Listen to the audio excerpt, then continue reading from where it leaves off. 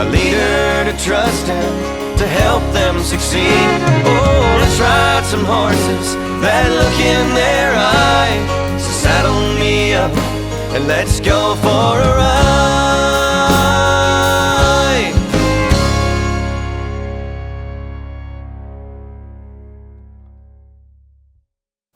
Welcome to this episode of Riding Horses. I'm going to be sharing with you guys some of the concepts and the ideas that we use on our horses to start to make this transition from riding two-handed to riding one-handed. Maybe more of the line of thinking about going from plow reining your horse or riding with a direct rein to building your neck rein, introducing your indirect rein, and basically riding one-handed. Because there's a lot of steps that we use. This is our approach to making that transition from two hands to one hand.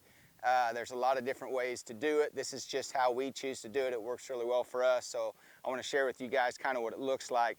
Now, I'm on Miss Purina. I've got a more finished bridle on her. So I'm not riding her to start with to show you guys what the direct rein looks like with a snaffle. But obviously we're going to build feel and frame of mind in our snaffle bit before we transition to anything that's got a shank on it. But to start with, obviously, right rein to go right, left rein to go left. Okay, I might have to take this hand way out here wide to get that horse's head to come around. Down the road, I'll be able to pick it up right in here closer to my horse's neck. What I'm gonna start out with riding two-handed is I'm gonna make sure I've got enough rein. I've got split reins on this bridle, but I'm typically in a snaffle. I'm riding with a Makati rein. I'll just make sure that I've got enough rein between my hands that I could get this hand out here pretty wide and leave this hand alone. Okay, so I'm just gonna kind of show you guys at a walk here what it would look like if I start out here in the beginning where I'm just using a direct rein. I'm not gonna introduce my outside rein at all. I'm basically just gonna ask that horse to bend its body, depending on where my hand is, as to where that shoulder is going to step to. I'm not going to worry so much about what the shoulder's doing right now. I just want you guys to focus on my hands. Here I'm just using my right rein. My left hand is out here away from the neck. So that's what I'm going to start with in the beginning. We're just going to separate the right side from the left side. Now as I start to progress, what I'll do, my direct rein is still going to be very active. I'm still going to have it out here probably this far away from that horse's neck. But what I will start to do is I will start to bring my outside hand over closer to the neck. Maybe I'll just lay that rein against my horse's neck. A horse can feel it. I'm not really asking him to step away from it, but I'm gonna start laying it on that horse's neck. Now, as I stop right here for the camera, here's what you'll notice. If I'm here and this hand is out here wide, you see the distance between my hands. When I bring this hand in here and get closer to the neck, you see how my hands got closer. That's a step that we're gonna take as we go along here, basically where we start out with our hands wide, and over time, our hands are just gonna get closer and closer together as we're riding these horses around. So as I come to the camera here, you can see the width between my hands. Okay, I might end up, as I bring my outside hand in and I got that rein up against that horse's neck, obviously that distance is just about cut in half. Now, as I start to incorporate this outside rein a little bit more, I've got a couple things that I'm going to think about. In the beginning, where we're steering these horses with a direct rein, I always start with that direct rein first. Okay, as that horse gets better at following that feel and stepping to my hand out here like this, I'll show you this mare just stepping to my hand here. As my horse gets better at stepping to that hand like that, another transition that we'll make, I'll show you the same thing this way. In fact, I'll just drop that outside rein, lay it up here over my saddle horn so it doesn't fall off. I want my horses where they're stepping towards that rein like that. Okay, so as I start to incorporate my outside indirect rein, my neck rein, my horses are good at leading with their nose, because there's another thing we're going to do here in a couple steps that's going to show you guys how I'm going to make sure that my horse is, when I steer him one-handed to the right, that his nose is still tipping to the right and not to the outside. So I've got my horse stepping to my direct rein without my indirect rein at all. I've started to lay this outside rein up against that horse's neck. Now what I might find myself doing is I might start to bring this rein into play before I bring this rein into play. In the beginning, I was always starting with my direct rein. Now I'm going to start with my indirect rein, and then I can help with my direct rein. Okay, I'll just do this for the camera's sake, just from a standstill. I'm going to take my outside indirect rein, because I'm going to turn left, and I'm going to bring it over here against that horse's neck. Okay, that horse is kind of stepping away from it. I'm going to help a little bit more with my outside leg and a little bit now with my inside rein, and you see how much smoother it is for that horse to step through there with some fluid life. This horse is used to stepping to that direct rein. I've got to make that switch from my direct to my indirect. I'll show you the same thing here. I'll get it lined up with the camera. Watch my hands here. Instead of starting with this hand, I'm going to leave this hand here. I'm going to start with this hand. See how the nose started to go to the right? Now I haven't even used my direct rein yet. I'll go ahead and bring this rein out here just to show you what it would look like if I did. And I'll stop right here. So I'm starting now with my outside indirect rein, which is going to turn into my neck rein. If my horse doesn't step away from that, then I will add my outside leg in conjunction with my direct rein to help that horse step in the direction that I'm asking him to turn. As I'm moving these horses around and I'm thinking about, I'm not just walking around, I'm not just working on my turnarounds, but I'm trotting around, I'm loping around. My hands started out being this wide. I'm going to start to work to the point where my hands are going to get closer and closer together. Okay, so if I was riding like this in the beginning, then I'm going to be riding like this, then I'm going to be riding like this, then I'm going to be riding like this, and I'll even get to the point where I'll hold my hands in here together where they're touching, but just because they're touching and they're that close together, I can still separate my direct rein if I'm turning right, which would be my right rein, from my left rein.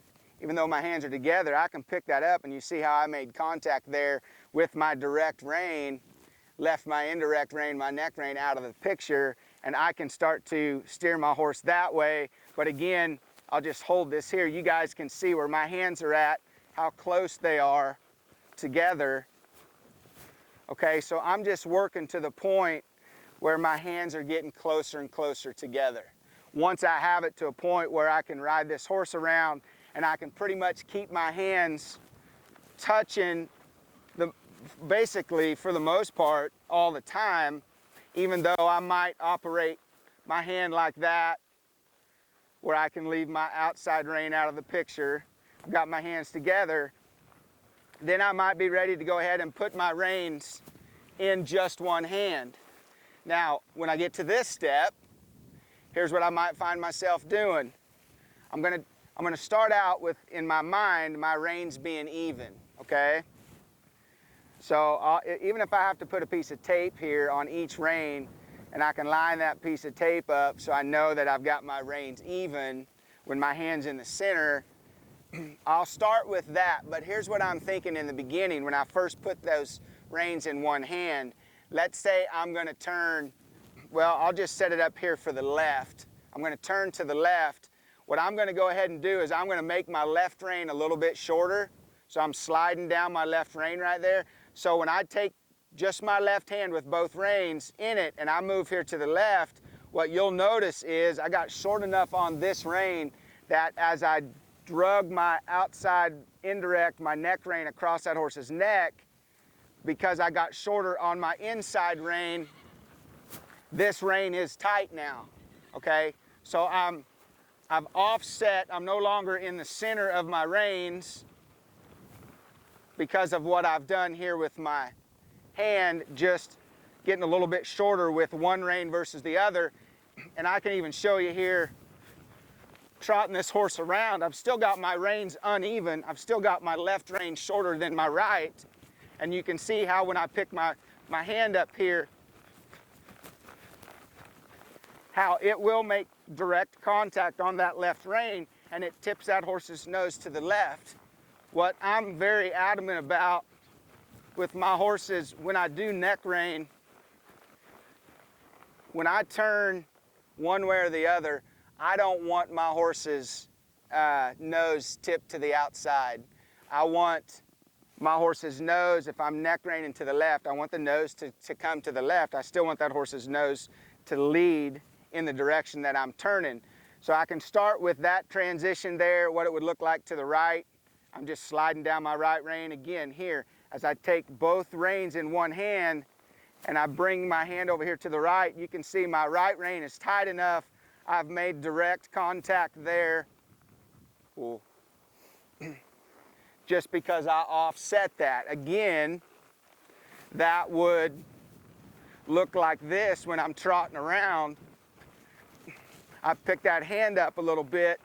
You can see how that draws the nose to the right. I want this horse to be in a habit of when I steer one-handed to the right, I want your nose to come to the right, okay? So I'm gonna spend some time with that in mind with one hand where I'm still using my direct rein. That's one stage we're gonna go through, depending on the horse as how long we'll be in that stage.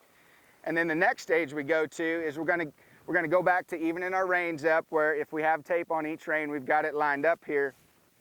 And I'm gonna leave my hand in that spot. But here's what I'm gonna do. So I'm gonna separate my right from my left. So when I'm working on going to the right, I'm gonna have both reins in my left hand, okay? When I do that, when I come here, my right hand's gonna be free, okay? So this rein's not gonna be shorter. So when my hand comes here, it's actually my left rein, my outside rein, my neck rein that's gonna get the slack taken out of it. As I draw it across that horse's neck, it would make direct contact if I pulled on it hard enough. That leaves slack in this rein, okay? If I pull on that, it might cause my horse's nose to tip to the left, even though I'm wanting to turn right. But in this scenario, I can take my right hand, which is free, and I can pick this rein up and encourage that horse's nose to come over here. It would look something like this. We'll just bump her up here to a trot. And I'm just gonna show you what it would look like here as I'm working through this transition. I'm gonna steer and I'm gonna reach down with my right hand and just bring her nose slightly to the right. I'm gonna steer a little left, help with my right hand if I need to. I'm gonna steer a little left, help with my right hand if I need to. So in this scenario, me turning to the right, this is really easy for me because my right hand is free to pick that rein up and help that horse lead with its nose until that becomes a habit. When I neck rein this way, I want the nose over here. When I neck rein to the right, I want the nose over here like that. Good job. There we go. So that being said, my reins are in my left hand to turn right. I'm gonna switch when I'm going the other way. Now I'm gonna put both reins in my right hand to make sure I've got my reins even. I don't have tape on here, but if you put tape on here on each rein separate, it's really easy to keep them straight, to keep them even. And now I'm set up in a scenario where I could work on my left, okay? I'll show you what it looks like if I don't do that. Let's say I'm turning to the right and I've got my reins in my right hand. If I steer like this and that horse's nose goes over there, I've got to reach under here with this hand to pick this up, because I'm at the stage where I want to leave this hand centered on both these reins where the reins are even. I'm not getting shorter on one rein anymore in this hand, okay? So for me to reach underneath isn't near as easy for me to just reach down and pick up this rein here. That's why we separate each side. So now we're going to the left. I've got my reins in my right hand. We'll bump back up here to a trot. Okay, so I'm just gonna bring my right hand over here a little bit, and I'm gonna help with my left hand and say when my right hand comes over here and you feel that neck rein lay across your neck, I want your nose to come this way as well, okay? Again, that's really easy for me to do when I'm set up like this, and this is a stage that we're gonna be in for a while as we're helping our horses figure out, when we neck rein, we don't want the nose tipped to the outside, okay? I'm gonna get after her a little bit right here and say, you can put out a little more effort to get that nose over here. And we'll trot them around, we'll lope them around, and we'll do a whole bunch of this until it becomes habit, okay? If I'm just sitting here and I'm not walking forward, trotting, loping around, I'm just working on a turn, I mean, it might look something like this. From a standstill, if I take this hand here, I want that nose to come here, maybe not that far, but I want that nose thinking about coming here. I'll help a little bit with my outside leg. Okay, you see where my right hand is. My left hand is right here to help with that direct rein anytime I need it. Okay, I can help that horse find the position with its head that I want it to be in.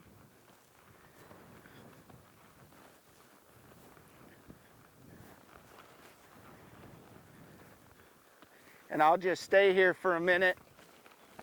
I'm gonna get after her a little bit here. There we go.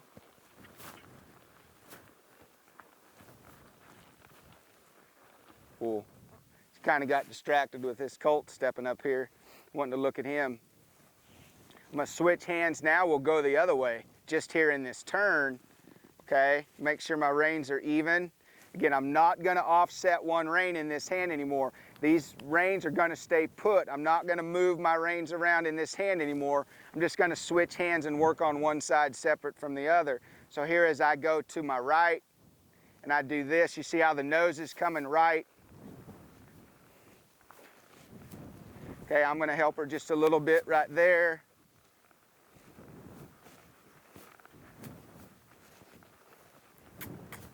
Cool. Good job. Do this one more time here, going the other way. So if I'm here in the center, and make sure I got my reins even. If I take this hand over here, I want that horse to step to it. You see how the nose started to come left? I'm gonna help her a little bit more.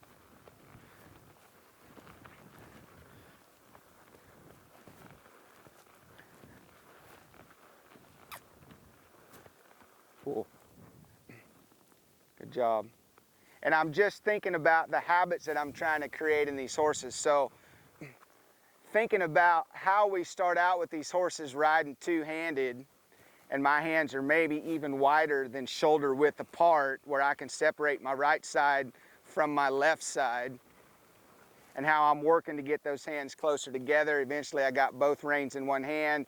I'm moving one rein a little bit when they're both in one hand, making one rein shorter than the other, and then I finally reach that stage where I'm gonna even them up, and they're no longer gonna move in this hand. They're gonna stay put, and then I'll just switch hands as I'm working on my right side to the left side. That's kind of the philosophy that we use. It's stages. We feel like there's stages, there's grades that we all go through in school. We go through the same process with our horses, thinking that's best case scenario for them to learn and create the habits that we want. So this is something that works really well for us. I hope that I've explained it in a manner that maybe you can use it with your horses too, and I hope it gives you guys something to work on and think about while you're out there working on your horses and trying to get your horses a little softer and a little more broke. So thank you guys for watching this episode of Riding Horses, and we'll see you guys next time.